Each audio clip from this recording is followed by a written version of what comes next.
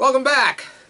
So I mentioned at the end of last session that there are many different types of Haggadot, that you can use. This one was something that I used when I was in day school, something like this, and these were very popular. The only limitation on these is Hebrew, English, no commentary whatsoever, other than maybe the how-tos. This may be familiar to many of you, the Maxwell House Haggadah. You can still get these for free from Maxwell House. I think you might have to pay shipping. There are many other traditional Haggadot. This is one that's published by the Lubavitcher Hasidim. This one is called the Ramban, one of our commentators, and it has his commentary on the Seder. And then this one is an anthology of different commentators with I would call it a really good translation of the traditional Haggadah. And then, of course, you have more modern ones like this. This is the Hogwarts, the unofficial Hogwarts Haggadah, and in this Haggadah you get commentary from Rabbi Moshe Rosenberg, who is a great fan of the Harry Potter universe, and uses commentaries that would relate very well to our young friends. There's also youth Haggadahs, and then this standard one, which we use at our table. It has some commentary. It doesn't have an extensive commentary, but it has a usable translation that many of the guests at our Seder use when we host. So today we are going to go through the Seder itself. There are 15 steps, 15 parts of the Seder. Seder meaning order. So there are 15 parts to the order. The 15 steps actually correspond to the 15 steps that people would need to walk to get from the outer courtyard of the temple in Jerusalem to where the service area was, where the offerings would be brought, the inner courtyard. So that's sort of the correlation there. So we begin with Kadesh. We sanctify the day, just like we would any other holiday or Shabbat. We recite the blessing over the wine. Excuse me, the blessing over the wine. And then that's what begins the Seder. Then we have something called Urchatz, washing. We wash because we're about to serve food, but normally when we wash, we would recite a blessing, right?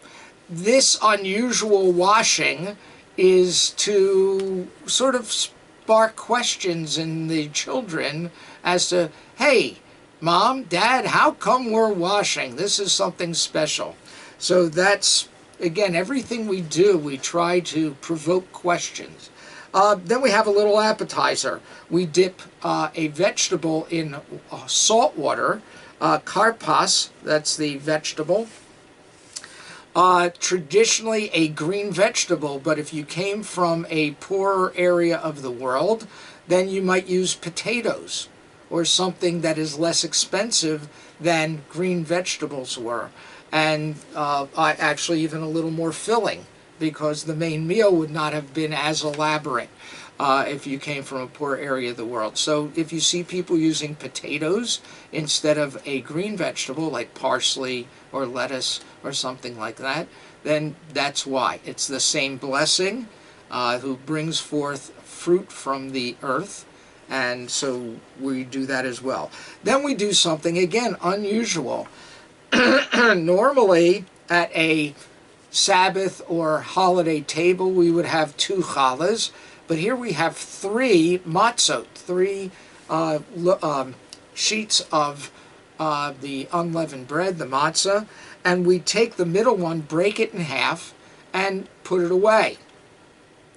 There are 2 traditions regarding this. The piece that's put away is used for the afikomen, the dessert so to speak, that is eaten at the end of the meal. The afikomen, literally meaning dessert in Greek, is traditionally, there's, as I said, two customs. One is that the officiant, father, mother, whoever's leading the Seder, would then hide it from the children, and then the children have to find it to be able to continue the Seder. It's a way to keep them awake and attentive throughout the Seder. And then there's another tradition where, while the officiant goes to wash his hands a little bit later on to prepare for the meal, the kids then steal the afikomen and hide it, and then the officiant has to bargain for its return. So whichever custom you use, it's always a way of trying to, again, keep the attention of the younger folk at the table. The next thing we do is magid. Magid literally means tell. It's the same root word from the word that we use for the word Haggadah, the telling, the book. So magid is to tell, narrate the story. And we begin that with the 4 questions that are found in the Oral Torah, in the Mishnah. The 4 questions are, why is this night different? Well, it's actually one question with 4 parts. Why is this night different from all other nights? All the nights we eat bread or matzah, this night only matzah, and it goes on from there. So then we have the responsibility to answer those questions, and that is the whole section of the Magid. After that, we now wash our hands for the meal, and we do this with the normal blessing for washing the hands, al netilat yadayim, all right, for the washing of the hands. We then recite motzi, as we normally would with any other full meal, and then we make the blessing over matzah. Okay, so we have the commandment not just to make a blessing before we eat, but we also have a blessing, a requirement to eat matzah. And so there it is. By the way, referencing the matzah, excuse me. Excuse me. Sorry. Matzah can be found in a gluten-free form. Oat matzah, spelt matzah, etc. These matzot are kosher for making the blessing and fulfilling the commandment to eat matzah. Then we recite a blessing over the bitter herbs, the maror. Traditionally, people use horseradish for this, but technically it should be a bitter vegetable, not something hot. So the preferred is romaine lettuce, which, while we all enjoy it, it has a bitter aftertaste, and so that's why excuse me, that lettuce is used for the maror. Korech is we eat a sandwich. So with no apologies, I should say, to the Earl of Sandwich, he didn't invent it.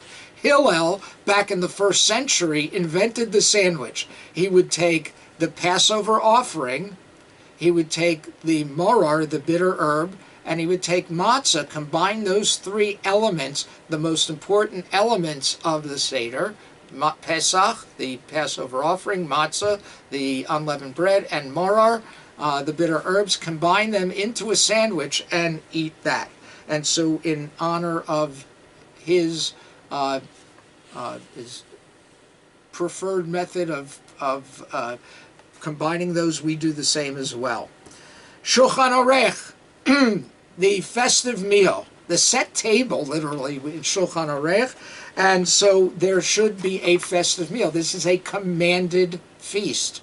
So it's not the most important part of the Seder, but it is certainly important.